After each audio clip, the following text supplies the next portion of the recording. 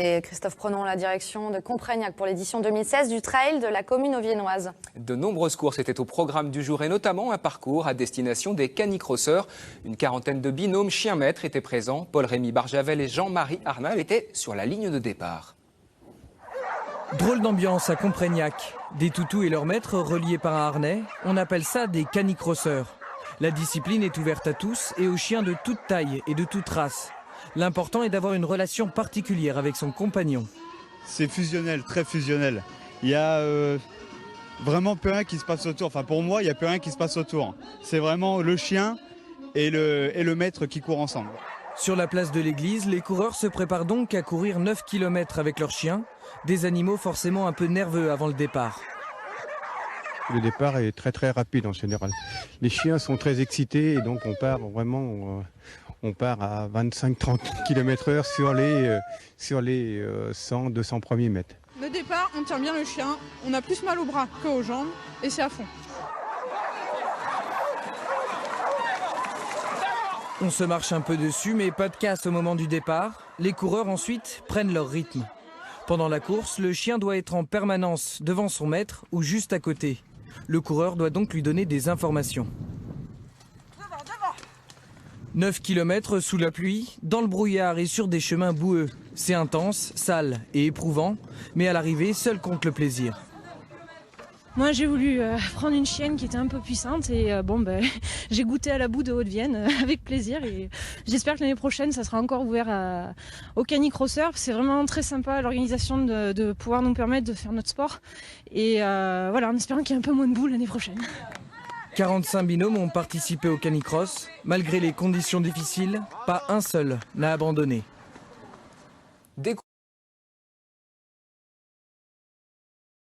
On découvre une activité beaucoup plus physique. Le canicross, c'est une course pédestre entre un maître et son chien.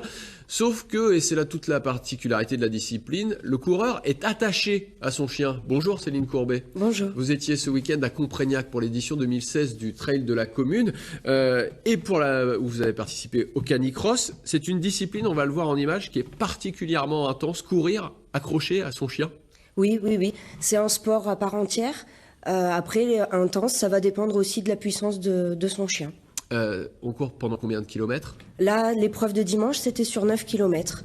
Il y a des chiens qui peuvent courir sur beaucoup plus et puis des chiens qui préfèrent des petites distances. Alors, est-ce qu'on court plus vite une fois qu'on est accroché à son chien ? La plupart du temps, oui.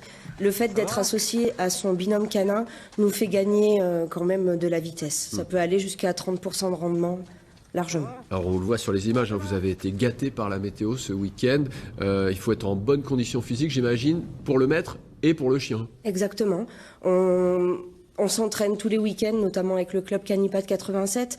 Donc on s'entraîne, on commence petit et puis la progression va assez vite. Mais il faut en effet qu'il y ait un entraînement physique pour les deux. On peut courir avec n'importe quelle race de chien. Est-ce qu'il faut des caractéristiques particulières en termes de résistance, de rapidité, de taille ?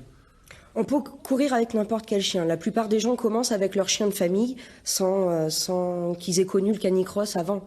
Donc on s'adapte aussi à l'allure de son chien, on respecte son allure. Tous les chiens sont susceptibles de prendre du plaisir dans cette activité.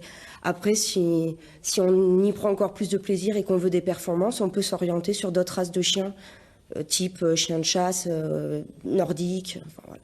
On va voir des images du départ de la course et l'état d'excitation dans lequel se trouvent les animaux. Les chiens sont très excités à l'idée de courir. Est-ce qu'ils ont l'esprit de compétition ? Oui, on voit bien la différence entre nos entraînements et les jours de compétition où il y a beaucoup de chiens sur la ligne de départ et où l'excitation est contagieuse. Pourquoi courir attaché et pas tenir le chien en laisse ? Pourquoi avoir le chien attaché à la taille ? Pour le confort de tout le monde, le confort du maître. Déjà, comme ça, on a les mains libres. La traction se fait au niveau du bassin et pas dans le dos.